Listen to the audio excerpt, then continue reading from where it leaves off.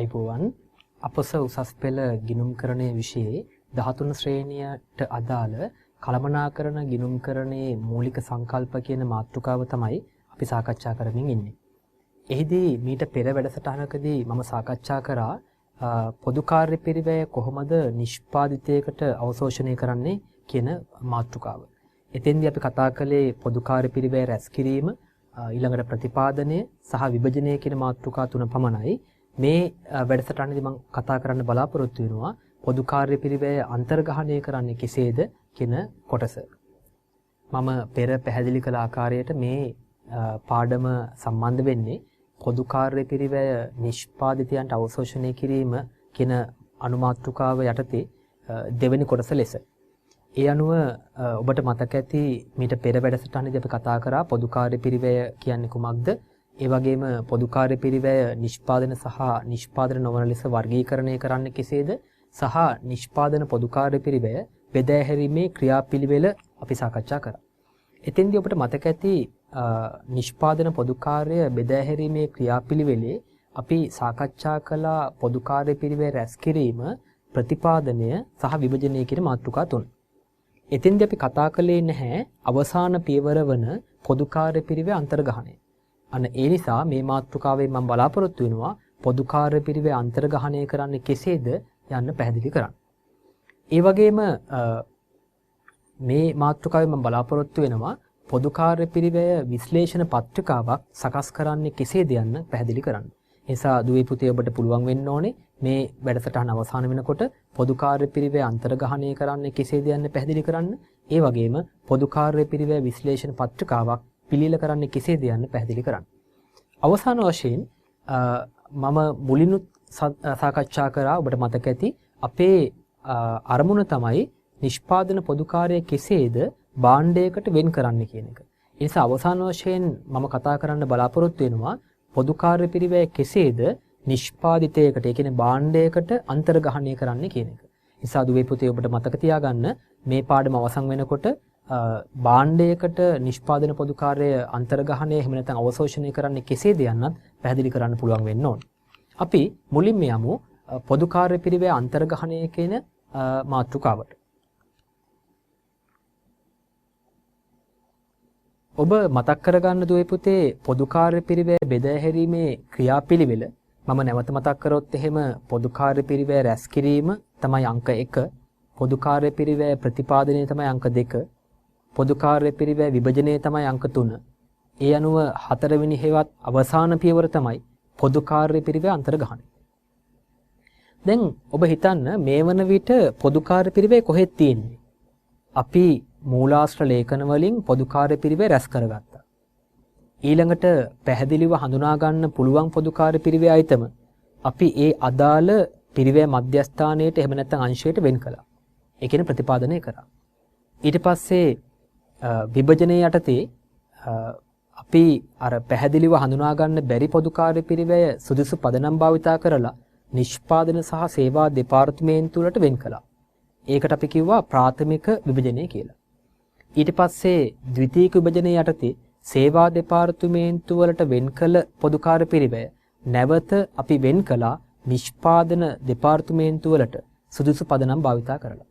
දැන් ඔබ හිතන්න අවසාන වශයෙන් පොදු කාර්ය පිරිවැය වෙන් වෙලා තියෙන්නේ මොන දෙපාර්තමේන්තුව වලටද?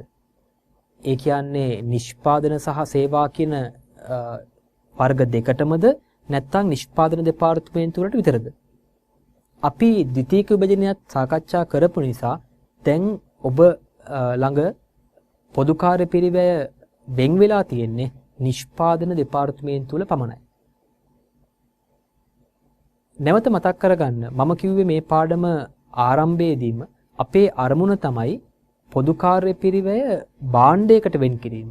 එහෙම නැතුව නිෂ්පාදන දෙපාර්තමේන්තුවකට වෙන් කිරීම නෙමෙයි. එහෙනම් තාමත් අපේ අරමුණ ඉටුනේ නැහැ. දැන් අපි ගාව තියෙන්නේ නිෂ්පාදන දෙපාර්තමේන්තුව වලට එකතු වෙච්ච නැත්නම් වෙන් වෙච්ච පොදු කාර්ය පිරිවැය.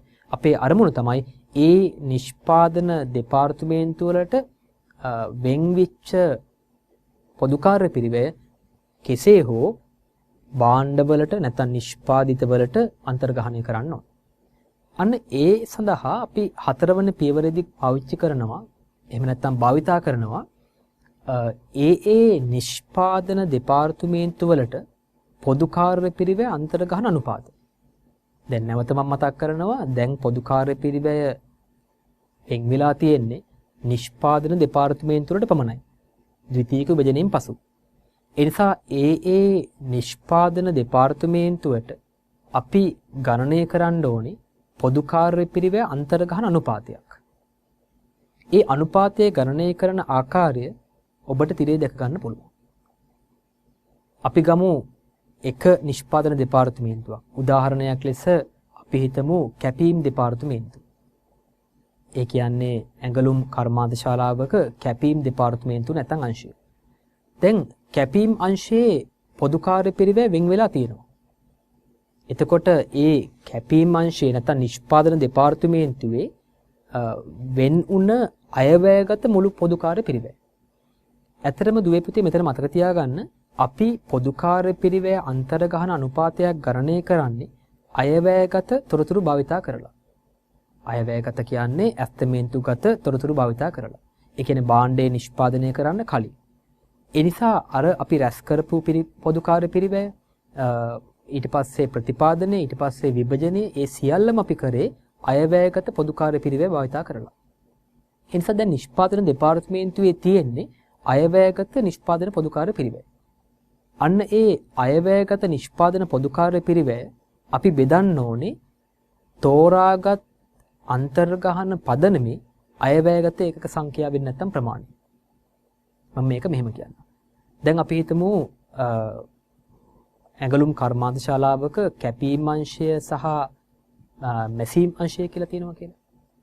එතකොට කැපීම් සහ මැසීම් අංශ කියන්නේ නිෂ්පාදන අංශ. දැන් ඒ නිෂ්පාදන අංශවලට පොදු කාර්ය පිරිවැය වෙන් වෙලා තියෙනවා. ද්විතීයික විභජනයෙන් පසු. දැන් අපි බලන්න ඕනේ ඒ නිෂ්පාදන අංශයේ පොදු කාර්ය පිරිවැය ඇති වෙන්න බලපාන සාධකය මොකක්ද කියලා. ඒ කියන්නේ ප්‍රධාන සාධකය මොකක්ද? අපි නිකමට හිතමු කැපීම් අංශය කියන අංශය බොහෝ දුරට ශ්‍රමිකයන් සම්බන්ධ අංශයක් කියලා. ඒ කියන්නේ අපි හිතමු බොහෝ දුරට ශ්‍රමය ආශ්‍රිත කටයුතු කරන්න කියලා. ඒ වගේම මැසීමේ අංශයට අපි හිතමු බොහෝ දුරට ශ්‍රමිකයන් සම්බන්ධ වෙනවා. නමුත් යන්ත්‍ර හා සම්බන්ධ කටයුතු වැඩි කියලා. එතකොට අපි තීරණය කරන්න ඕනේ කැපීම් අංශයේ එකතු වෙච්ච පොදු කාර්ය පිරිවැය භාණ්ඩයකට අන්තර්ගහනය කරනකොට යොදා ගන්න අන්තර්ගහන පදනම මොකක්ද කියලා. අපි කිව්වා කැපීම් අංශය වැඩිපුරම භාවිතා කරන ශ්‍රමය. ඒ නිසා අපිට පුළුවන් තීරණය කරන්න කැපීම් අංශයේ නිෂ්පාදන පොදු කාර්ය අර භාණ්ඩවලට ඒ කියන්නේ නිෂ්පාදනය කරන ඇඳුම් වලට අන්තර්ගහනය කරන්න යොදා ගන්න පදනම ලෙස අපිට ගන්න පුළුවන් ශ්‍රමපැය සංඛ්‍යාව. ඒ වගේම මම කිව්වා මැසීම් අංශය වැඩිපුර භාවිතා කරනවා කියලා යන්ත්‍ර. එතකොට මැසීමේ අංශයේ නිෂ්පාදන පොදු කාර්ය පිරිවැය අපිට භාණ්ඩවලට අන්තර්ගහනය කරන්න යොදා ගන්න පුළුවන් යන්ත්‍රපැය. අන්න ඒ වගේ ශ්‍රමපැය, යන්ත්‍රපැය ආදී පදනම් වලට කියනවා අන්තර්ගහන පදනම් කියලා. ඒ අනුව දුවේ පුතේ මතක තියාගන්න පොදු කාර්ය පිරිවැය අන්තර්ගහන අනුපාතය ගණනය කරන්නේ ඒ නිෂ්පාදන දෙපාර්තමේන්තුවට කොහොමද? ඒ නිෂ්පාදන දෙපාර්තමේන්තුවේ අයවැයගත මුළු නිෂ්පාදන පොදු කාර්ය පිරිවැය බෙදනවා. ඒ නිෂ්පාදන දෙපාර්තමේන්තුවට අපි තෝරාගත් අන්තර්ගහන පදනමේ අර මම කතා කරපු වගේ ඍජු ශ්‍රමපැය එහෙම නැත්නම් යන්ත්‍රපැය ආදී වශයෙන් අන්තර්ගහන පදනමේ අයවැයගත ඒකක සංඛ්‍යාව. ඕක ඉතා අවශ්‍යයි ඔබට විභාගෙදී ප්‍රශ්න වලට උත්තර ලියන්න. ඒ නිසා මතක තියාගන්න පොදු කාර්ය පිරිවැය අන්තර්ගහන අනුපාතය සමානයි නිෂ්පාදන දෙපාර්තමේන්තුවේ අයවැයගත නිෂ්පාදන පොදු කාර්ය පිරිවැය බෙදීම. ඒ නිෂ්පාදන දෙපාර්තමේන්තුවට අපි තෝරාගත්ත අන්තර්ගහන පදනමේ අයවැයගත ඒකක ප්‍රමාණය හෝ සංඛ්‍යාව. මේ වගේ භාවිතා කරන්න පුළුවන් අන්තර්ගහන පදනම් 6ක් තියෙනවා. පළවෙනි අන්තර්ගහන පදනම තමයි ඔබට පේනවා අංක 1 නිෂ්පාදන ඒකක පදනම. එතකොට අපි බලමු එකිනෙක පදනම යටතේ පොදු කාර්ය පිරිවැය අන්තර්ගහන අනුපාතය ගණනය කරන්නේ කෙසේද කියලා. දැන් බලන්න පළවෙනි අන්තර්ගහන පදනම නිෂ්පාදන ඒකක පදනම. ඒ කියන්නේ නිෂ්පාදනය කරන ඒකක සංඛ්‍යාව. එතෙන්දී පොදු කාර්ය පිරිවේ අන්තර්ගහන අනුපාතය ගණනය කරන්නේ නිෂ්පාදන දෙපාර්තමේන්තුවේ අයවැයගත මුළු පොදු කාර්ය පිරිවේ බෙදනවා ඒ නිෂ්පාදන දෙපාර්තමේන්තුවේ අයවැයගත නිෂ්පාදන ඒකක සංඛ්‍යාව. එතකොට පිළිතුර මොකක්ද දෙන්නේ? පිළිතුර එන්නේ එක නිෂ්පාදන ඒකකයකට පොදු කාර්ය පිරිවේ. දෙවනි පදනම ගත්තොත් එහෙම ඍජු ද්‍රව්‍ය පිරිවේ පදනම. එතෙන්දී පොදු කාර්ය පිරිවේ අන්තර්ගහන අනුපාතය ගණනය කරන්නේ නිෂ්පාදන දෙපාර්තමේන්තුවේ අයවැයගත මුළු පොදු කාර්ය පිරිවේ බෙදනවා අයවැයගත ඍජු ද්‍රව්‍ය පිරිවේ. වැඩි කරනවා 100. ඇතරම මේ අනුපාතය 100ට සංඛ්‍යාවක් ලෙස තමයි අපි ඉදිරිපත් කරන්නේ. ඒ නිසා අපි වැඩි කරනවා 100. දැන් මේ දෙක සංසන්දනය කරපුවාම දුල පුතලට තේරෙන්න ඕනේ මේකේ සම්බන්ධයක් තියෙනවා. දැන් බලන්න ඉරෙන් උඩ හැම වෙලෙම තියෙන්නේ නිෂ්පාදන දෙපාර්තමේන්තුවේ අයවැයගත පොදු කාර්යය. ඒක වෙනස් වෙන්නේ නැහැ. හැබැයි අන්තර්ගහනය කරන්න මොනවටද? භාණ්ඩයට අන්තර්ගහනය කරන්න භාවිතා කරන පදනම් වෙනස් වෙන්න පුළුවන්. අර මම ඉස්සෙල්ලා කතා කරේ ඍජු ශ්‍රම පැය, යන්ත්‍ර පැය වගේ. ඒ වගේ පදනම් වෙනස් වෙන්න පුළුවන්. එතකොට පළවෙනි පදනම තමයි නිෂ්පාදන ඒකක සංඛ්‍යාව. එහෙනම් ඉරෙන් පහළට ඇවිල්ලා තියෙන්නේ අයවැයගත නිෂ්පාදන ඒකක සංඛ්‍යාව. එතකොට නිෂ්පාදන ඒකකයකට පොදු කාර්ය පිරිවේ ලැබෙනවා. දෙවෙනි පදනම ඍජු ද්‍රව්‍ය පිරිවැය පදනමේදී ඇවිල්ලා තියෙන්නේ ඉරෙන් පහළට අයවැයගත ඍජු ද්‍රව්‍ය පිරිවැය. එතකොට අපි දෙනවා ඍජු ද්‍රව්‍ය පිරිවැයෙන් 100ට කොච්චර ප්‍රමාණයක්ද පොදු කාර්ය පිරිවැය වෙන්නේ කියන එක.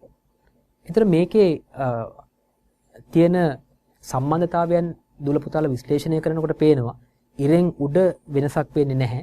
ඉරෙන් පහළ පදනම පමණයි වෙනස් වෙන්නේ.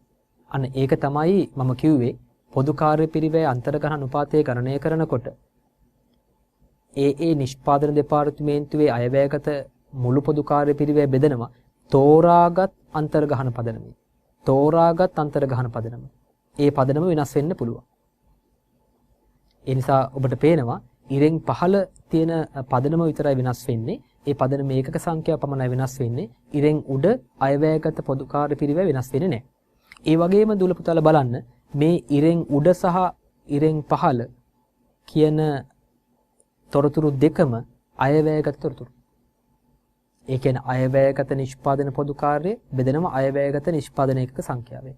දෙවෙනි පදනමේදී අයවැයගත නිෂ්පාදන පොදු කාර්යය බෙදෙනවා අයවැයගත ඍජු ද්‍රව්‍ය පිරිවැය. මම කිව්වා ඒ වගේ භාවිතා කරන්න පුළුවන් පදනම් 6ක් තියෙනවා කියලා. ඒතර මෙතන පදනම් දෙකක් තියෙනවා මොනවද? නිෂ්පාදන ඒකක පදනම ඊළඟට ඍජු ද්‍රව්‍ය පිරිවැය පදනම. අපි බලමු අනිකුත් පදනම් 4 මොනවද කියලා. අංක 3 තමයි ඍජු ශ්‍රම පිරිවැය පදනම. එතකොට පොදු කාර්ය පිරිවැය අන්තර්ගහන අනුපාතය දුල පුතලට හිතා ගන්නත් පුළුවන්. නිෂ්පාදන දෙපාර්තමේන්තුවේ අයවැයගත මුළු පොදු කාර්ය පිරිවැය බෙදනවා අයවැයගත ඍජු ශ්‍රම පිරිවැයෙන් වැඩි කරනවා 100. එතකොට ඍජු ශ්‍රම පිරිවැයේ ප්‍රතිශතයක් ලෙස පොදු කාර්ය පිරිවැය ලැබෙනවා. හතරවෙනි පදනම තමයි ප්‍රාථමික පිරිවැය පදනම. එතෙන්දී නිෂ්පාදන දෙපාර්තමේන්තුවේ අයවැයගත පොදු කාර්ය පිරිවැය බෙදනවා අයවැයගත ප්‍රාථමික පිරිවැය වැඩි කරනවා 100. එතකොට අපිට උත්තරයක් ලැබෙනවා ප්‍රාථමික පිරිවැයට ප්‍රතිශතයක් ලෙස පොදු කාර්ය පිරිවැය කොපමණ ප්‍රමාණයක්ද කියන එක. ඊළඟට අපි යනවා පස්වෙනි පදනමට. ඒ තමයි ඍජු ශ්‍රම පැය පදනම. එතෙන්දී බලන්න නිෂ්පාදන දෙපාර්තමේන්තුවේ අයවැයගත මුළු පොදු කාර්ය පිරිවැය බෙදලා තිනවා අයවැයගත ඍජු ශ්‍රම පැය සංඛ්‍යාව. එතකොට උත්තරේ එන්නේ එක ඍජු ශ්‍රම පැයකට පොදු කාර්ය පිරිවැය කොපමණ ප්‍රමාණයක්ද කියන එක. අවසාන පදනම යන්ත්‍ර පැය පදනම. ඒකෙදි බලන්න පොදු කාර්ය පිරිවැය අන්තර්ගහන අනුපාතය ගණනය කරලා තියෙන්නේ කෙසේද කියන එක. නිෂ්පාදන දෙපාර්තමේන්තුවේ අයවැයගත මුළු පොදු කාර්ය පිරිවැය බෙදලා තියෙනවා අයවැයගත යන්ත්‍ර පැය සංඛ්‍යාව. එතකොට පිළිතුර ලැබෙන්නේ අපිට යන්ත්‍ර පැයකට පොදු කාර්ය පිරිවැය කොපමණ ප්‍රමාණයක්ද කියන එක. ඒතර මෙන්න මේ ආකාරයෙන් විවිධ පදනම් භාවිතා කරලා පොදු කාර්ය පිරිවැය අන්තර්ගහනය කරන්න පුළුවන්. ඔබට මතක තියාගන්න තියෙන්නේ ඒ නිෂ්පාදන දෙපාර්තමේන්තුවේ නැත්නම් අංශයේ අයවැයගත පොදු කාර්ය පිරිවැය බෙදන්න ඕනේ ඒ නිෂ්පාදන දෙපාර්තමේන්තුවට අපි තෝරා ගන්න අන්තර්ගහන පදනම. ඒ අන්තර්ගහන පදනම නිෂ්පාදන ඒකක වෙන්න පුළුවන්, ඍජු ද්‍රව්‍ය පිරිවැය වෙන්න පුළුවන්, ඍජු ශ්‍රම පිරිවැය වෙන්න පුළුවන්, ප්‍රාථමික පිරිවැය වෙන්න පුළුවන්, ඍජු ශ්‍රම පැය වෙන්න පුළුවන්, යන්ත්‍ර පැය වෙන්න පුළුවන්. ඒ අනුව අර්ථකථනය කරන ආකාරය එකිනෙකට වෙනස් වෙනවා. මේ භාවිතා කරන පදනම් අපි බලමු මෙන්න මේ ක්‍රියාකාරකම යොදාගෙන. ඔබට පේනවා ක්‍රියාකාරකම 3 නිෂ්පාදන ආයතනයක පහත ඇස්තමේන්තුගත තොරතුරු දීලා තිනවා කියලා. ඒකේ පළවෙනි එක නිෂ්පාදන ඒකක සංඛ්‍යාව 8000ක් තියෙනවා. මුළු ඍජු ද්‍රව්‍ය පිරිවැය ලක්ෂ 4යි. මුළු ඍජු ශ්‍රම පිරිවැය පැය 10000ක් සඳහා 3,40,000යි. මුළු ඍජු වෙනත් පිරිවැය 1,60,000යි. එතකොට අපි දන්නවා ඍජු ද්‍රව්‍ය, ඍජු ශ්‍රමය, ඍජු වෙනත් කියන වියදම් තුන එකතුවට කියනවා මොකද්ද? ප්‍රාථමික පිරිවැය. ඒ අනුව මුළු ප්‍රාථමික පිරිවැය ලක්ෂ 8ක් ඇවිල්ලා තියෙනවා. මේ සියල්ල ඇස්තමේන්තුගත. ප්‍රශ්නේ එහෙම නැත්නම් ක්‍රියාකාරකමේ ඉහළින්ම තියෙනවා ඇස්තමේන්තුගත තොරතුරු සපයා තියෙනවා කියලා. මේ ප්‍රාථමික පිරිවැය ලක්ෂ 8ට නිෂ්පාදන පොදු කාර්ය පිරිවැය 12 ලක්ෂයක් එකතු කරලා තියෙනවා. එතකොට මුළු නිෂ්පාදන පිරිවැය ලක්ෂ 20ක් අපිට ලැබිලා තියෙනවා.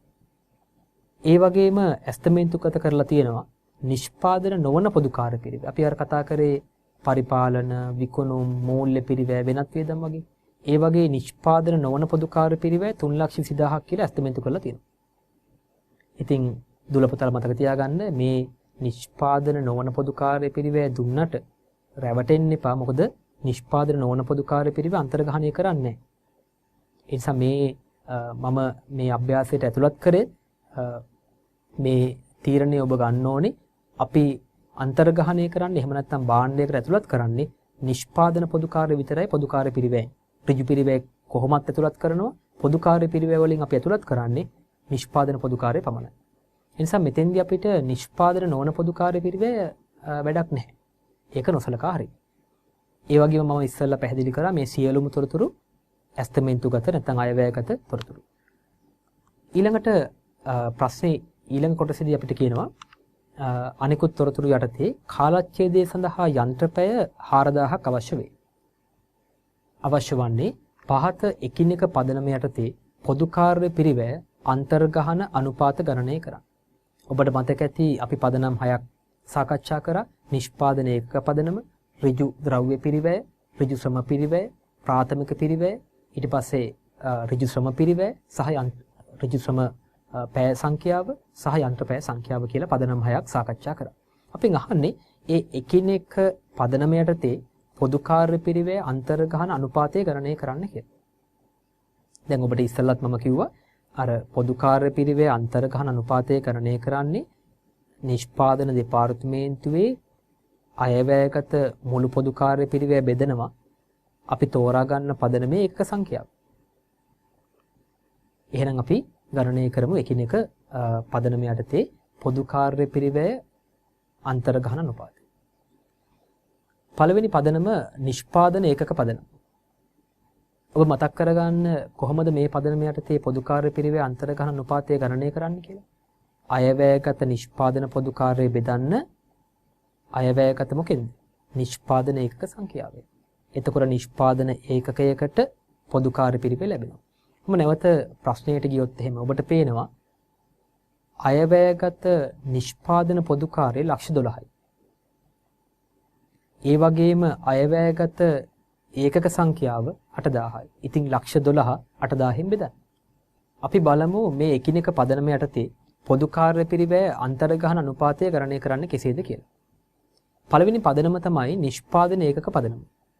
ඔබ මතක් කරගන්න පොදු කාර්ය පිරිවැය අන්තර්ගහන අනුපාතය ගණනය කළේ නිෂ්පාදන දෙපාර්තමේන්තුවේ අයවැයගත පොදු කාර්ය පිරිවැය බෙදුවා. අපි ඒ නිෂ්පාදන දෙපාර්තමේන්තුවට තෝරාගන්න අන්තර්ගහන පදනමේ අයවැයගත ඒකක සංඛ්‍යාව.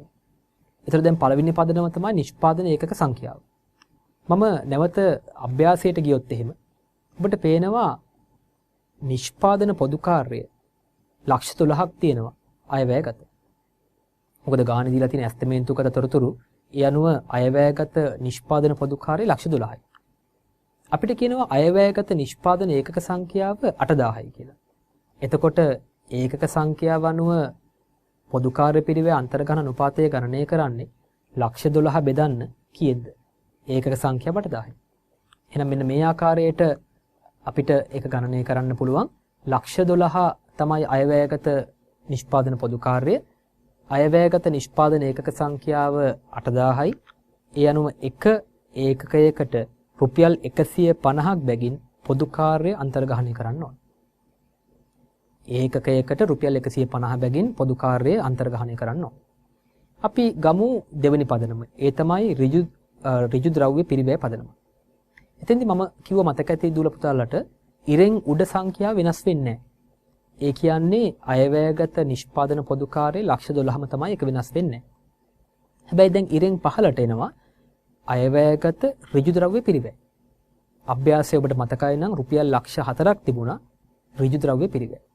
මම කිව්වා මේ අනුපාතය 100ට සංඛ්‍යාවක් ලෙස ඉදිරිපත් කරනවා. ඒ නිසා වැඩි කරන්න 100. එතකොට උත්තරයක් එනවා 300ක් කියලා. ඒකේ තේරුම තමයි යම්කිසි භාණ්ඩයක ඍජු ද්‍රව්‍ය පිරිවැය 100යි නම් ඒ වගේ 3 ගුණයක් නේ 300ක් කියන 3 ගුණයක් නේ.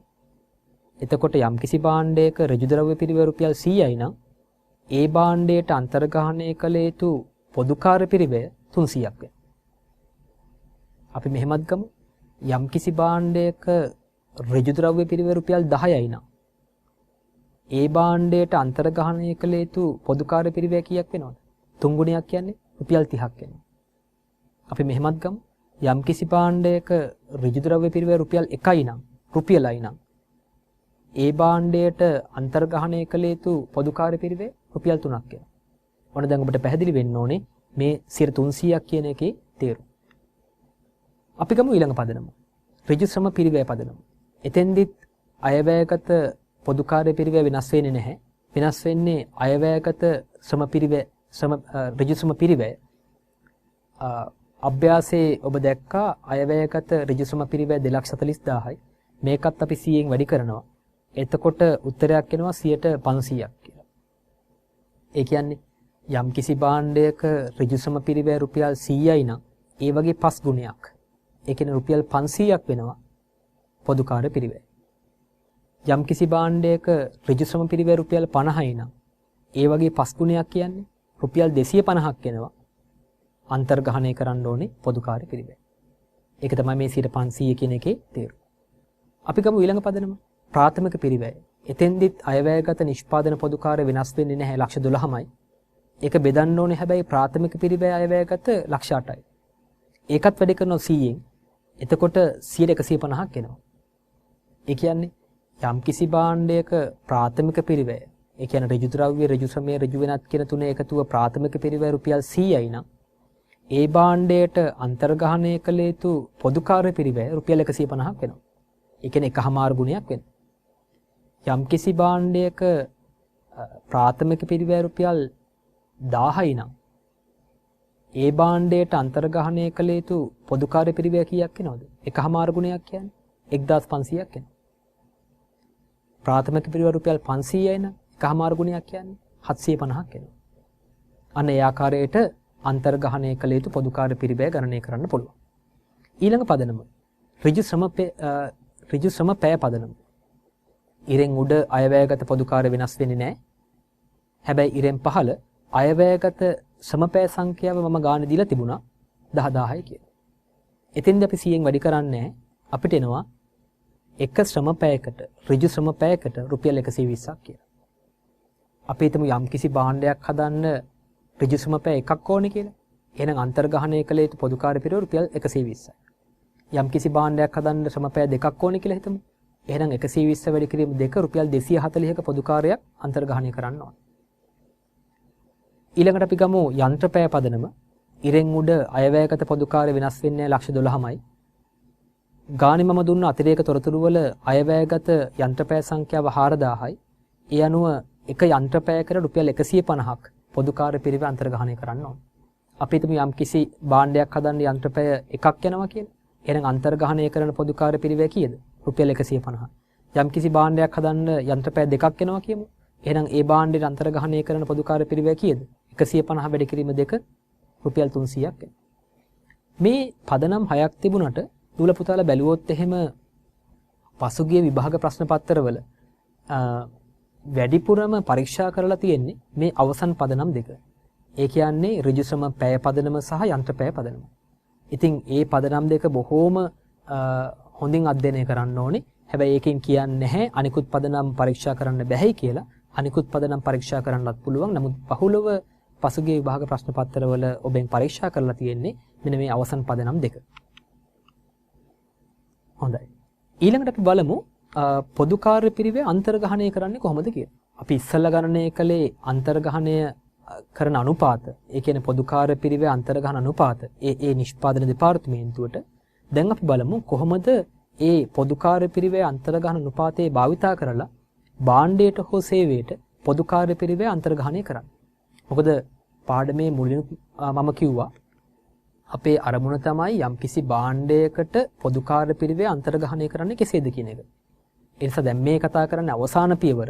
ඒ තමයි පොදුකාර්ය පිරිවේ භාණ්ඩයකට අන්තර්ගහණය කරන්නේ කෙසේද යන්න. එතෙන්දි සූත්‍රයක් මම දීලා තියෙනවා. භාණ්ඩයකට හෝ සේවයකට අපි ගන්න භාණ්ඩයක් සාමාන්‍යයෙන් උසස් පෙළ මට්ටමේදී අන්තර්ගහණය කරන පොදුකාර්ය සමානයි අපි මීට කලින් ගණනය කළා පොදුකාර්ය පිරිවේ අන්තර්ගහන අනුපාත. ඔබට මතකයි නම් මේ අභ්‍යාසයේ ඒකකයකට රුපියල් 150යි, 300යි, 500යි, 150යි, ශ්‍රම පැයකට රුපියල් 120යි, යන්ත්‍ර පැයකට රුපියල් 150යි ආදී වශයෙන් අනුපාත ගණනය කරා.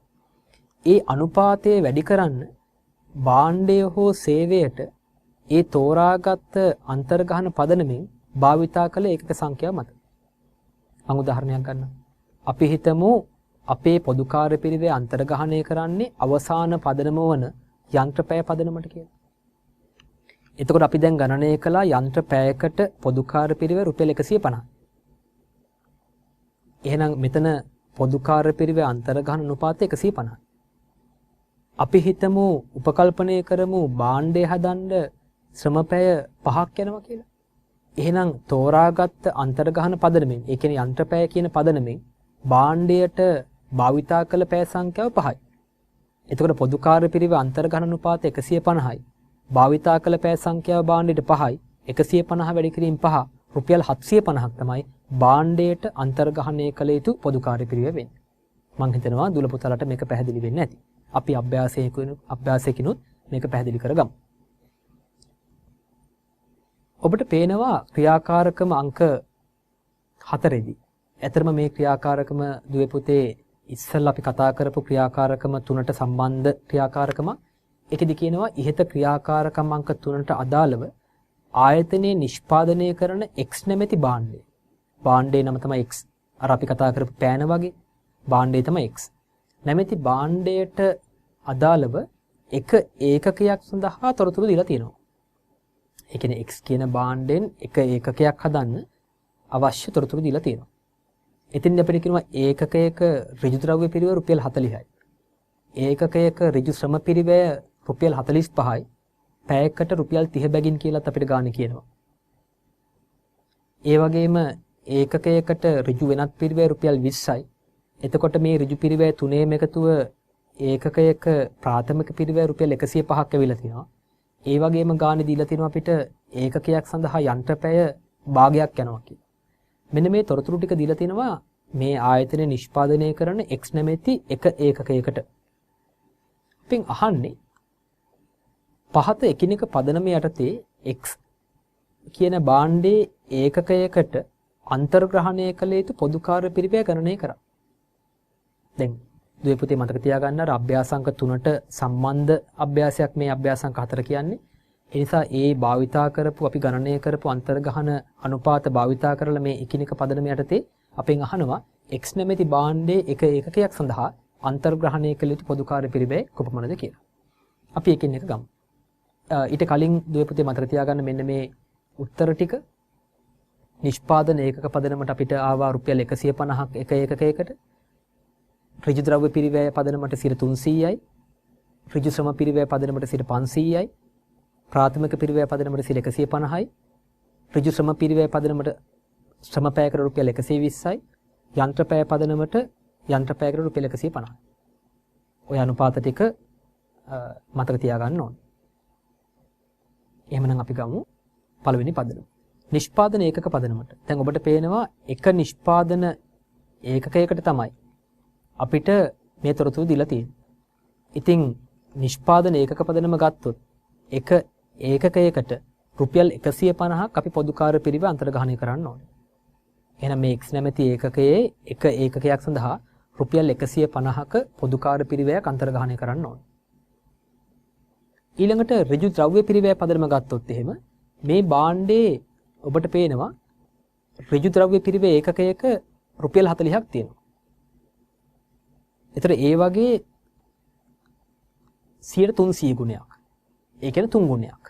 40ව 3ක් කියන්නේ රුපියල් 120ක ප්‍රමාණයක් අන්තර්ග්‍රහණය කරන්න ඕන. ඊළඟ පදනම.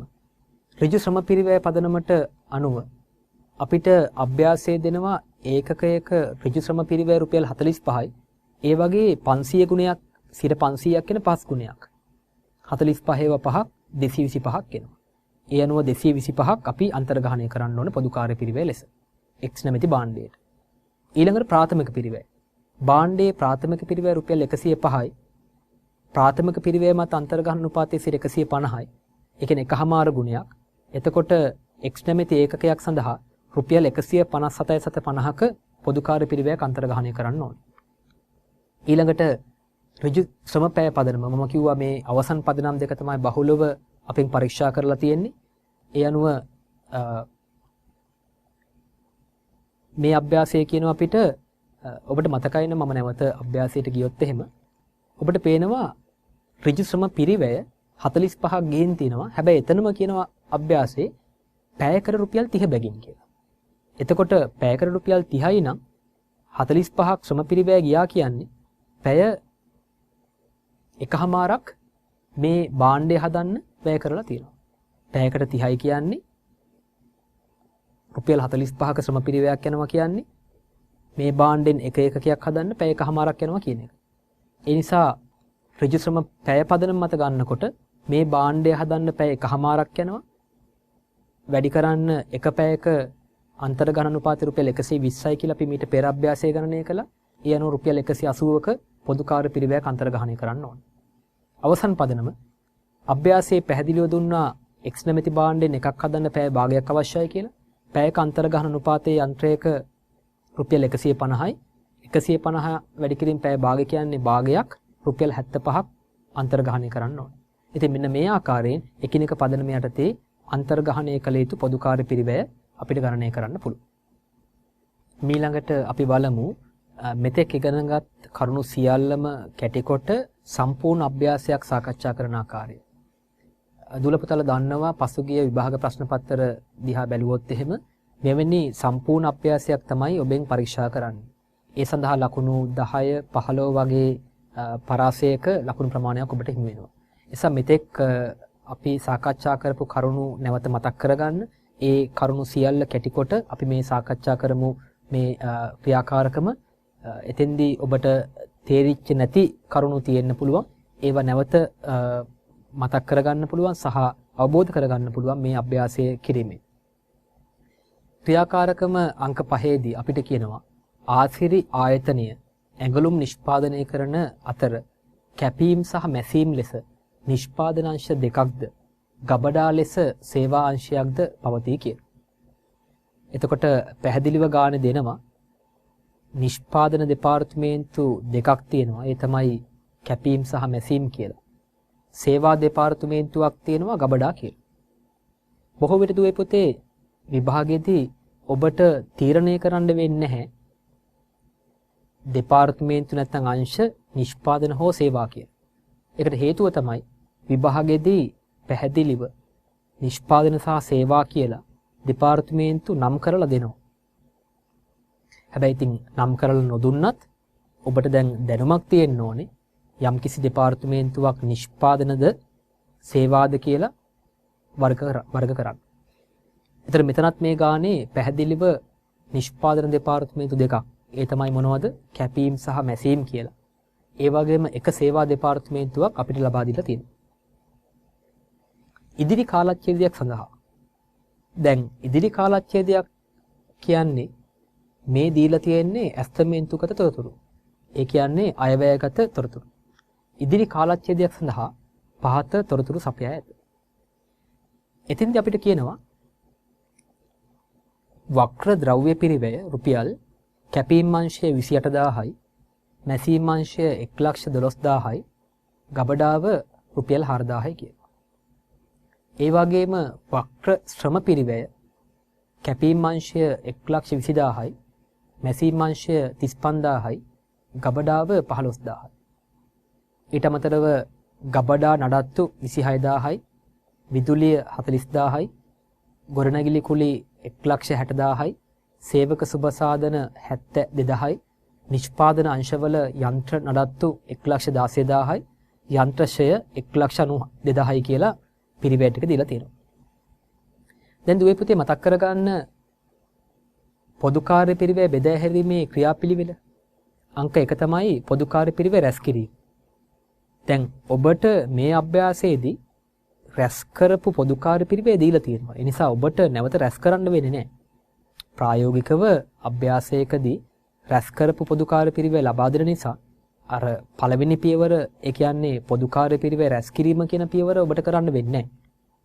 ඒක රැස් කරලා තියෙනවා. නමුත් ප්‍රායෝගිකව මූලාශ්‍ර ලියවිලි වලින් පොදු කාර්ය පිරිවැය රැස් කරන්න වෙනවා. ඒක ඔබ දැනගෙන ඉන්න ඕන. ඉතින් ඔන්න දැන් පියවර අංක 1 දැනටමත් අභ්‍යාසයේ තුලම ඉටු කරලා තියෙනවා. පියවර අංක 2 තමයි මේ රැස් කරගත් පොදු කාර්ය පිරිවැය අයිතම වල ඇති යම්කිසි පිරිවැය මධ්‍යස්ථානයක්. ඒ කියන්නේ දෙපාර්තමේන්තුවක් හෝ අංශයක් සමග පැහැදිලිව වෙන්කර හඳුනා ගන්න පුළුවන් ඒවා. දැන් ඔබ බලන්න වක්‍ර ද්‍රව්‍ය කියන පිරිවැය අයිතමේ. ඒකේ අපිට පැහැදිලිව දීලා තියෙනවා කැපීම් අංශයට කීයද, මැසීම් අංශයට කීයද, ගබඩාවට කීයද කියලා. ඒ කියන්නේ මේ වක්‍ර ද්‍රව්‍ය පිරිවැය අපිට පුළුවන් නේද පැහැදිලිව ඒ අංශයට වෙන් කරගන්න. අන්න අපි මොකද කරන්නේ එහෙනම්? ඒ අදාළ අංශයට වෙන් කරන්න ඕනේ. ඒ කියන්නේ ප්‍රතිපාදනය කරන්න ඕනේ. කැපීම් අංශයට 28000යි, මැසීම් අංශයට 112000යි, ගබඩාවට 4000යි ආදී වශයෙන්. ඒ වගේම දෙවිපතේ බලන්න වක්‍ර ශ්‍රම පිරිවැය කියන අයිතමේ. ඒ අයිතමේත් කැපීම් අංශයට 120000ක් ලෙස, මැසීම් අංශයට 35000ක් ලෙස, ගබඩාවට 15000ක් ලෙස වෙන වෙනම දීලා තියෙනවා. එතකොට වක්‍ර ශ්‍රම පිරිවැයත් අපිට පැහැදිලිව ඒ අංශ සමග හඳුනා ගන්න පුළුවන් නිසා ප්‍රතිපාදනය කරන්න පුළුවන්. ඒ වගේම බලන්න දකුණු පැත්තෙන් තියෙන ගබඩා නඩත්තු කියන 26000ක පිරිවැය අයිතමේ. දැන් අපි ගාව ගබඩාව කියන සේවාංශය තියෙනවා. එතකොට ඒ ගබඩාව කියන සේවාංශයට නඩත්තු සඳහා ගිය 26000ක් දීලා තියෙනවා. ඒතර ඒකත් අපිට පුළුවන් නේද ගබඩා අංශය සමග පැහැදිලිව හඳුනා ගන්න. ඔව්.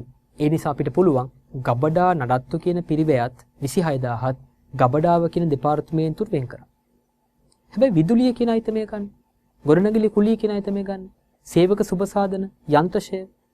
ඒ පිරිවැය අයිතම ඔබම කල්පනා කරන්න පුළුවන්ද කැපීම් අංශය, මැසීම් අංශය, ගබඩාව කියන අංශ තුන සමග පැහැදිලිව හඳුනා ගන්න?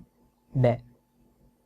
ඒ නිසා විදුලිය, ගොඩනැගිලි කුලි, සේවක සුබසාධන, යන්ත්‍ර නඩත්තු, යන්ත්‍රශය කියන අයිතම ටික විභජනය කරන්න වෙනවා. එහෙනම් දුවේ පුතේ මතක් කරගන්න ප්‍රතිපාදනය කරනවා කිව්වේ මොනවද?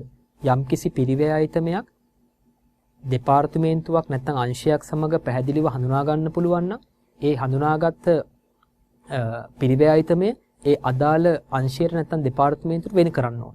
ඒක තමයි අපි කිව්වේ ප්‍රතිපාදනය කියලා. එහෙනම් කල්පනා කරන්න මේ පිරිවැය අයිතම වලින් මොනවද අපි ප්‍රතිපාදනය කරන්න කියලා? ඔබට උත්තරේ එන්න ඕනේ වක්‍ර ද්‍රව්‍ය පිරිවැය ප්‍රතිපාදනය කළ යුතුයි. ඇයි පැහැදිලිව හඳුනා ගන්න පුළුවන්. වක්‍ර ශ්‍රම පිරිවැය ප්‍රතිපාදනය කළ යුතුයි. ඇයි පැහැදිලිව හඳුනා ගන්න පුළුවන්. ඒ වගේම ගබඩා නඩත්තු කියන වියදමත් ප්‍රතිපාදනය කරන්න පුළුවන්. මොකද ඒකත් පැහැදිලිව ගබඩාව සමග හඳුනා ගන්න පුළුවන්. ඒ නිසා වක්‍ර ද්‍රව්‍ය, වක්‍ර ශ්‍රමය, ගබඩා නඩත්තු කියන පිරිවැය අයිතම ටික ප්‍රතිපාදනය කරන්න පුළුවන්. හැබැයි ඊට පහළ අයිතම, ඒ කියන්නේ විදුලිය, ගොඩනැගිලි කුලි, සේවක සුබසාධන, යන්ත්‍රවල නඩත්තු, යන්ත්‍රශය කියන අයිතම ටික ප්‍රතිපාදනය කරන්න බෑ. එහෙනම් ඒ අයිටම් ටික විභජනය කරන්න වෙනවා. අපිට අභ්‍යාසයේ ඊළඟ කොටසෙන් දෙනවා අනිකුත් තොරතුරු වල නිෂ්පාදනාංශ දෙක. ඒ කියන්නේ කැපීම් සහ මැසීම් කියන අංශ දෙකට සහ සේවාංශය වන ගබඩාවට අනිකුත් තොරතුරු ටික. ඒ යටතේ භූමි ප්‍රමාණය වර්ග අඩි වලින් දීලා තිනවා 2000යි 1500යි 500. සේවක සංඛ්‍යාව කැපීම් අංශයේ 120යි මැසීම් අංශයේ 40යි ගබඩාවේ 20යි. යන්ත්‍රවල පිරිවැය දහස් වලින් දීලා තියෙනවා කැපීම් අංශයේ 500යි මැසීම් අංශයේ 2500යි සේවාංශය වන ගබඩාවේ 200. යන්ත්‍ර පැය කැපීම් අංශයේ 200යි මැසීම් අංශයේ 1250යි සේවාංශයේ ඒ කියන්නේ ගබඩාවේ යන්ත්‍ර පැය භාවිතා කරලා නැහැ. ඊළඟට ඍජු ශ්‍රම පැය කැපීම් අංශයේ 1400යි මැසීම් අංශයේ 400යි සේවාංශයෙන් පැහැදිලි නිමූමක් ජනිත වෙන්නේ නැහැ. ඒ නිසා ඍජු ශ්‍රම පැය අපිට දීලා නැහැ. ඊළඟට භාවිතා කළ ද්‍රව්‍ය අධ්‍යාචනා පත්‍ර සංඛ්‍යාව මම මීට පෙරත් පැහැදිලි කළා. ද්‍රව්‍ය අධ්‍යාචනා පත්‍රයක් කියන්නේ නිෂ්පාදනාංශයක්, මේ තියෙන කැපීම් මැසීම් වගේ නිෂ්පාදනාංශයක් ගබඩාවෙන් ද්‍රව්‍ය ඉල්ලනකොට භාවිතා කරන ලියවිල්ල තමයි ද්‍රව්‍ය අධ්‍යාචනා පත්‍රය කියන්නේ. ඒ වගේ නිෂ්පාදනාංශ දෙක කැපීම් සහ මැසීම් කියන අංශ දෙක භාවිතා කරපු ද්‍රව්‍ය අධ්‍යාචනා පත්‍ර සංඛ්‍යාව තමයි 260 සහ 40 කියලා දීලා තියෙන්නේ. ගබඩාවට භාවිතා කරන්න බැහැනේ ද්‍රව්‍ය අධ්‍යාචනා පත්‍රයක්. ඊට පස්සේ තවත් අපිට තොරතුරු දෙනවා ගානේ මම කිව්වා මේක සම්පූර්ණ ගානක්. මෙවැනි සම්පූර්ණ ගානක් තමයි ඔබට විභාගෙදී ලැබෙන්නේ. ඒ නිසා මේ සම්පූර්ණ ගාන හොඳින් අවබෝධ කරගන්න අවශ්‍යතාවය හොඳින් අවබෝධ කරගෙන පිළිතුරු සපයන්න ඕනේ. ඊට පස්සේ අපිට දෙනවා නිමි ඇඟලුමක් සඳහා හොඳින් කියවන්න. නිමි ඇඟලුමක් සඳහා. දැන් නිමි ඇඟලුමක් කියන්නේ නිෂ්පාදිතයක්, භාණ්ඩයක්. ඒ නිමි ඇඟලුමක් සඳහා එකක් සඳහා ඇස්තමේන්තුගත ප්‍රාථමික පිරිවැය දෙනවා. ඒ කියන්නේ ප්‍රාථමික පිරිවැය කියන්නේ ඍජු ද්‍රව්‍ය, ඍජු ශ්‍රමය සහ ඍජු වෙනත් අයිටම්. ඍජු වෙනත් පිරිවැය අයිටම්. එතකොට ඍජු ද්‍රව්‍ය පිරිවැය 250යි ඒකකයකට නිමි ඇඟලුමක් සඳහා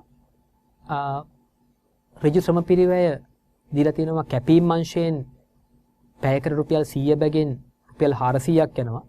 මැසීම් අංශයෙන් පැයකට රුපියල් 150 බැගින් රුපියල් 150ක් යනවා. ඒ අනුව ඒකකයක ප්‍රාථමික පිරිවැය රුපියල් 800ක් වෙනවා. එතෙන්දී ඍජු වෙනත් පිරිවැය අයිතම දීලා නැහැ. ප්‍රාථමික පිරිවැය සමන්විත වෙන්නේ ඍජු ද්‍රව්‍ය සහ ඍජු ශ්‍රම පිරිවැයෙන් පමණයි. ඒකකයක ප්‍රාථමික පිරිවැය 800ක් කියලා දීලා තියෙනවා. ඊට පාතින් අපිට කියනවා නිමි ඇඟලුමක් සඳහා මැසීමේ අංශයෙන් යන්ත්‍ර පැය දෙකක් වැය වේ. එක ඇඟලුමක් මහන්න මැසීමේ අංශයෙන් යන්ත්‍ර පැය දෙකක් වැය වෙනවා කියලා කියනවා. පහලින් අපිට කියනවා කැපීම් අංශයේ පොදු කාර්ය පිරිවැය ඍජු ශ්‍රම පැය පදනම් මතත්. ඒ කියන්නේ පළවෙනි නිෂ්පාදනාංශයේ පොදු කාර්ය පිරිවැය ඍජු ශ්‍රම පැය පදනමට ගන්නේ. මැසීම් අංශයේ පොදු කාර්ය පිරිවැය යන්ත්‍ර පැය පදනම් මතත් අන්තර්ගහණය කෙරේ. ඔන්න අපිට ගාන දෙනවා අන්තර්ගහන පදනම් දෙක. ඔබට මතකයි මම කිව්වා අර අන්තර්ගහන පදනම් 6න් අවසාන දෙක තමයි මේ දීලා තියෙන්නේ. මොනවද? ඍජු ශ්‍රම පැය සහ යන්ත්‍ර පැය. අවශ්‍ය වන්නේ පොදු කාර්ය පිරිවැය විශ්ලේෂණ පත්‍රිකාවක් පිළියෙල කිරීම.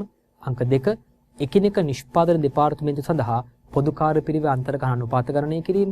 අංක 3 නිමි ඇඟලුමක පිරිවැය ගණනය කිරීම.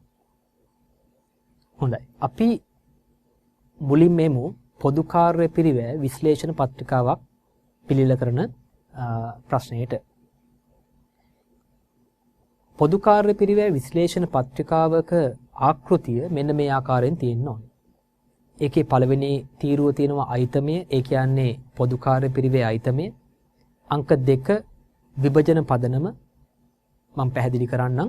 සමහර පැහැදිලිව හඳුනා ගන්න බැරි පිරිවැය අයිතම සාධාරණ පදනමකට නැත්නම් සුදුසු පදනමකට බෙදා හරින්න ඕනේ කියලා කිව්වා. එතෙන්දී භාවිතා කරපු විභජන පදනම අපි මේ පත්‍රිකාවේ දක්වන්න ඕනේ. ඊට පස්සේ පොදු කාර්ය පිරිවැය අයිතමේ මුළු පිරිවැය එකතුව. ඊට පස්සේ අපිට පේනවා නිෂ්පාදනාංශ දෙකක් තියෙනවා කැපීම් සහ මැසීම් කියලා. ඒ අංශ දෙකට වෙන් කළ ප්‍රමාණයන් කොච්චරද? සේවාංශය වන ගබඩාවට වෙන් කළ ප්‍රමාණය කොච්චරද?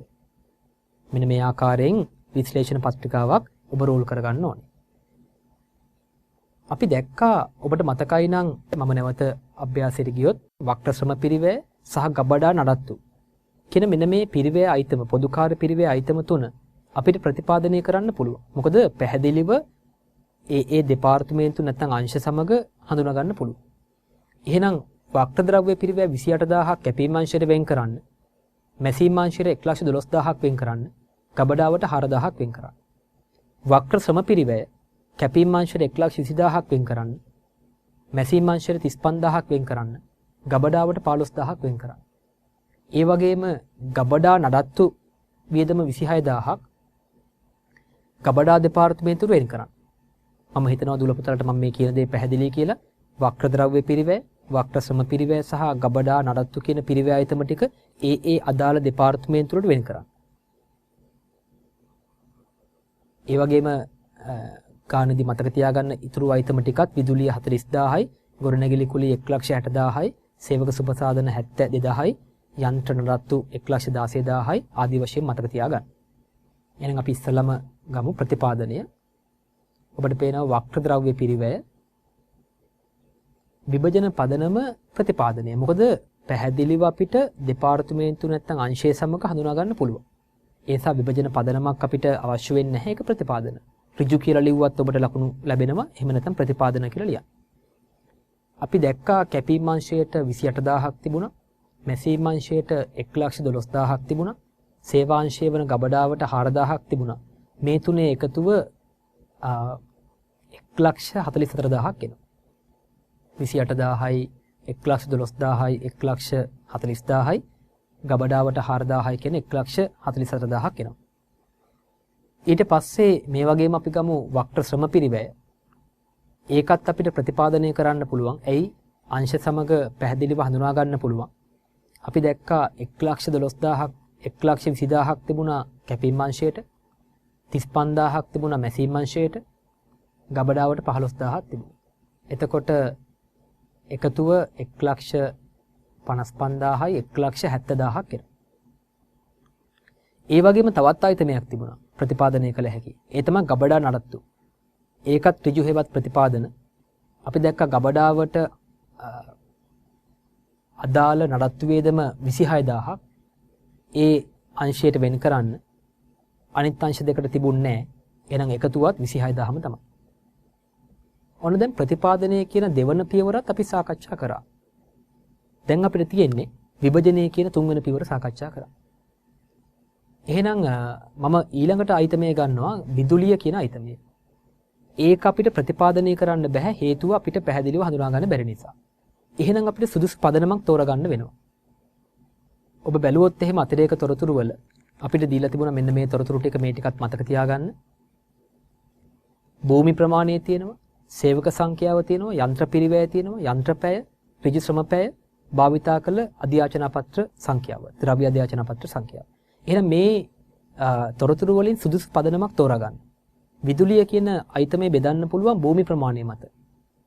2000යි 1500යි 500යි කියන අනුපාතයට බෙදන්න පුළුවන්. ඒතර විදුලි වියදම තිබුණා අභ්‍යාසයේ 40000ක්. මම එක අයිතමයක් බෙදන ආකාරය පැහැදිලි කරන්නම්. විදුලි වියදම 40000ක් තිබුණා. ඒ 40000 බෙදෙන්න ඕනේ කැපීම් මැසීම් ගබඩාංශ අතර මෙන්න මේ භූමි ප්‍රමාණයකින් 2000 1500 500 කියන අනුපාතයට. 40000 බෙදන්න ඕනේ 2000 1500 500 කියන අනුපාතයට. එතෙන්දි මෙතන එකතුවක් ගන්න පුළුවන්. ඔබ බැලුවොත් එහෙනම් භූමි ප්‍රමාණය කැපීම් අංශය 2000යි කියන්නේ මැසීම් අංශය 1500යි කියන 3500යි එකතුව ගබඩාව 500යි කියන 4000යි. එතකොට 40000 4000න් බෙදුවොත් එහෙම එක වර්ග අඩියකට රුපියල් 10ක් එනවා. මම හිතනවා ඔබට මම කියන දේ පැහැදිලි. විදුලිය 40000 කියන වියදම භූමි ප්‍රමාණයේ එකතුව 4000ක් වෙනව වර්ග අඩි. ඒ 4000න් බෙදුවොත් එimhe එක වර්ග අඩියකට රුපියල් 10ක් ලැබෙනවා. ඒතර ඒ රුපියල් 10න් වැඩි කරන්න කැපීම් අංශයට 2000යි කියන්නේ 2000 වැඩි කිරීම 10යි රුපියල් 20000යි. මැසීම් අංශයට 1500 වැඩි කිරීම 10 කියන්නේ 15000යි. ගබඩාවට 500 වැඩි කිරීම 10 කියන්නේ 5000යි. ඒ ආදි වශයෙන් වැඩි කරන්න පුළුවන්. අපි නැවතාවොත් එහෙම විදුලිය කියන අයිතමයට ඔබට පේනවා විභජන පදනම භූමි ප්‍රමාණය.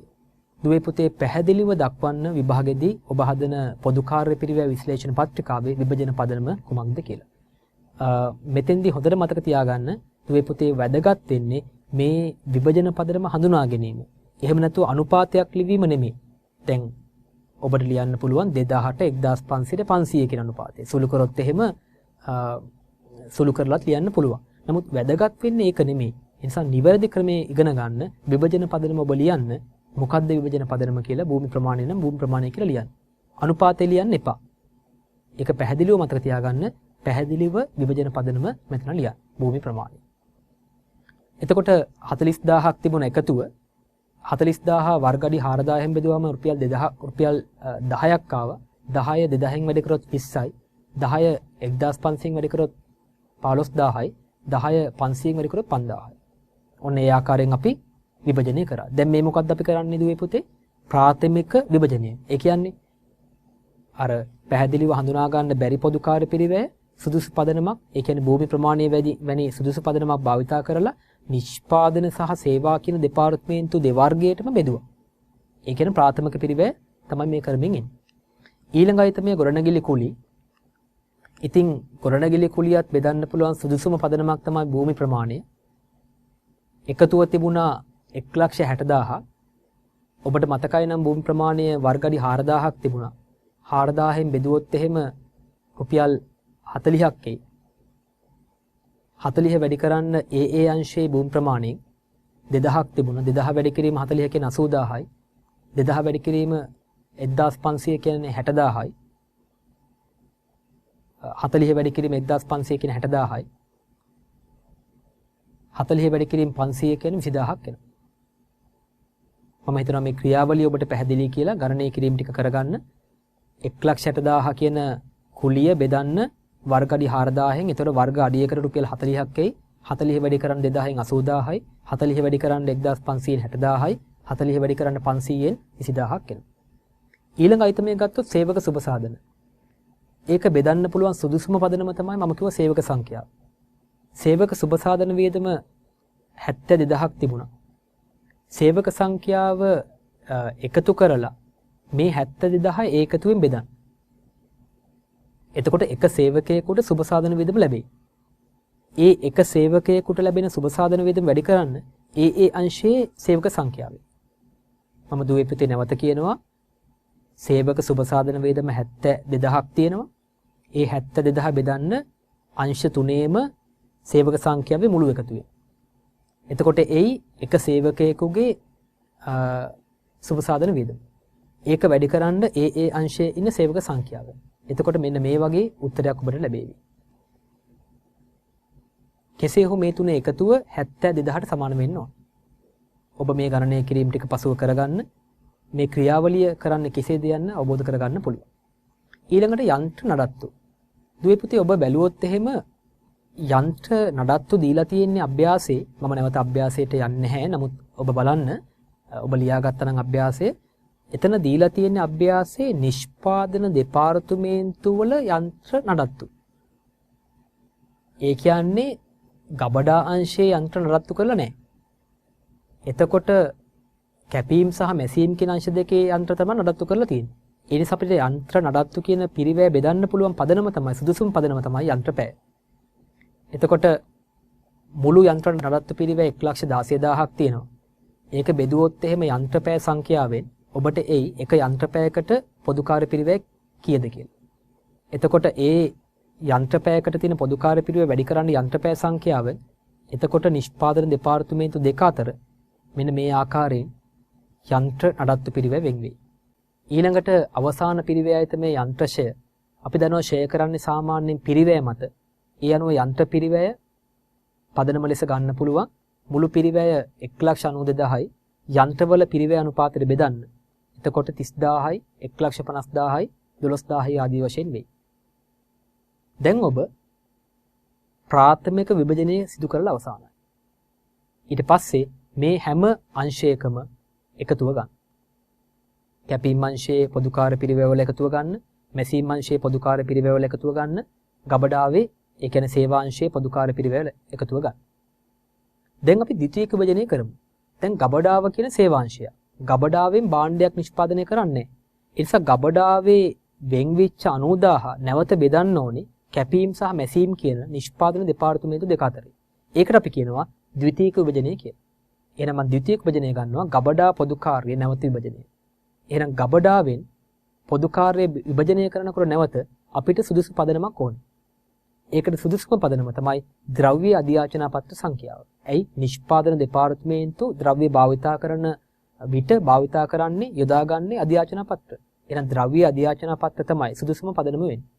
එහෙනම් 90000ක් මම සේවාංශය වන ගබඩාවෙන් අඩු කරනවා. එතකොට තමයි අව බිඳුව වෙන්නේ.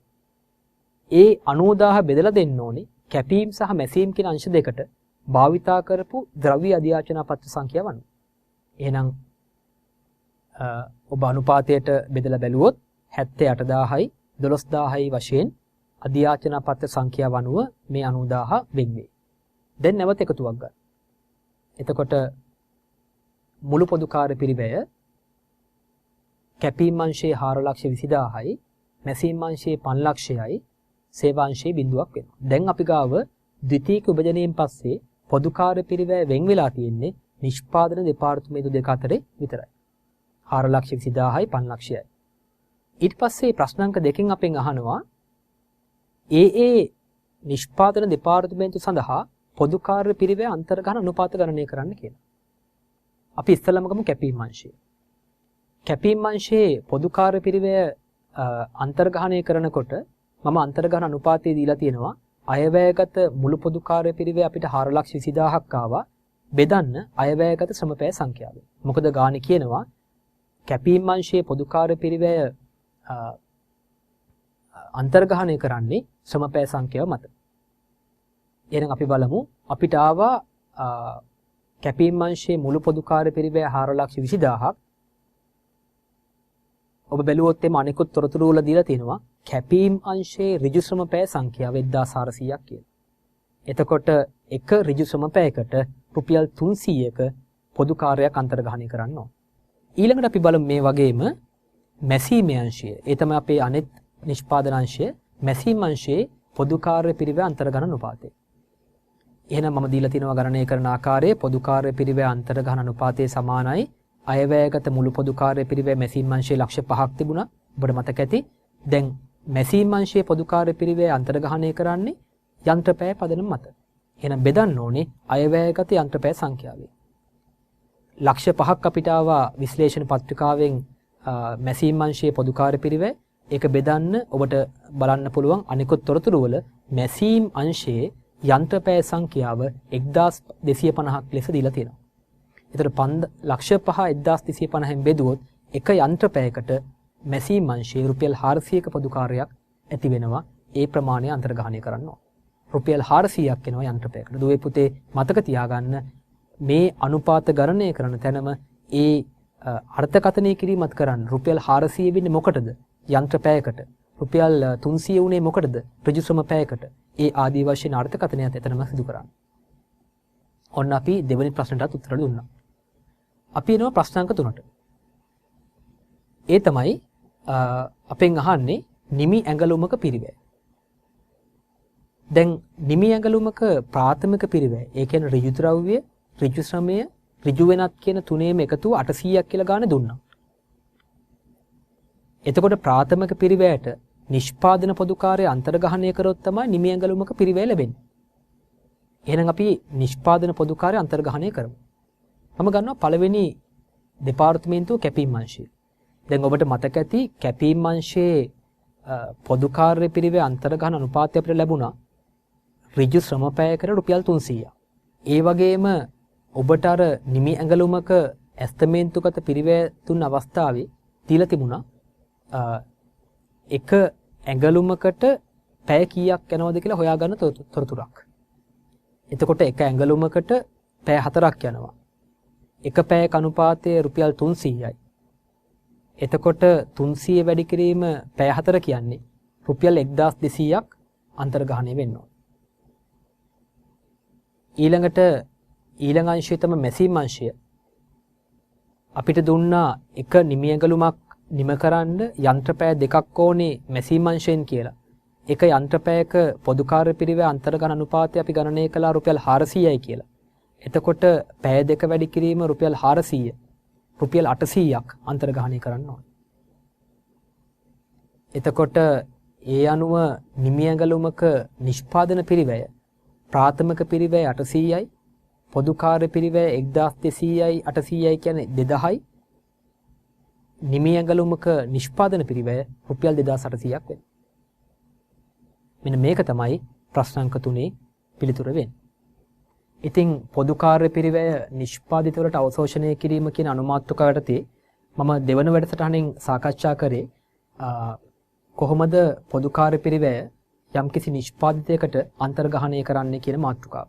එහිදී නිෂ්පාදන දෙපාර්තමේන්තුව සඳහා අපි ගණනය කරනවා පොදු කාර්ය පිරිවැය අන්තර්ගහන අනුපාත. ඒ අන්තර්ගහන අනුපාත භාවිතා කරලා අපි ඒ නිෂ්පාදිතයට පොදු කාර්ය පිරිවැය අන්තර්ගහනය කරන්න ඕනේ. මේ ක්‍රියාවලියේදී අපි පොදු කාර්ය පිරිවැය විශ්ලේෂණ පත්‍රිකාව පිළියෙල කරනවා. මෙන්න මේ ආකාරයට අපසෝසස් පෙළ ගිණුම්කරණයේ 13 ශ්‍රේණියේ තියෙන කළමනාකරණ ගිණුම්කරණයේ මූලික සංකල්ප කියන නිපුණතාවයේදී නිපුණතා මට්ටම් 14.7 පොදු කාර්ය පිරිවැය නිෂ්පාදිතයකට අවශෝෂණය කරන්නේ අන්තර්ගහනය කරන්නේ කෙසේද යන මාතෘකාව සාකච්ඡා කළා. ඉතින් මේ මාතෘකාව අතිශයින් වැදගත් ඔබගේ විභාගයට මම පැහැදිලි කළ ආකාරයට ලකුණු 10 සහ 15 වගේ පරාසයක ලකුණු ප්‍රමාණයක් මේ මාතෘකාවෙන් සාකච්ඡා කරනවා. මම හිතනවා ඔබට මේ මාතෘකාව අවබෝධ වෙන්නේ නැති කියලා. තව තවත් අභ්‍යාස පුරුදු වෙන්න. ඒ තුලින් මේ අවබෝධය තවත් වැඩි දියුණු කරගන්න පුළුවන්. ඉතින් මෙවැනිම වැඩසටහනකින් නැවත හමු වෙනතුරු ඔබට සුබ දවසක්.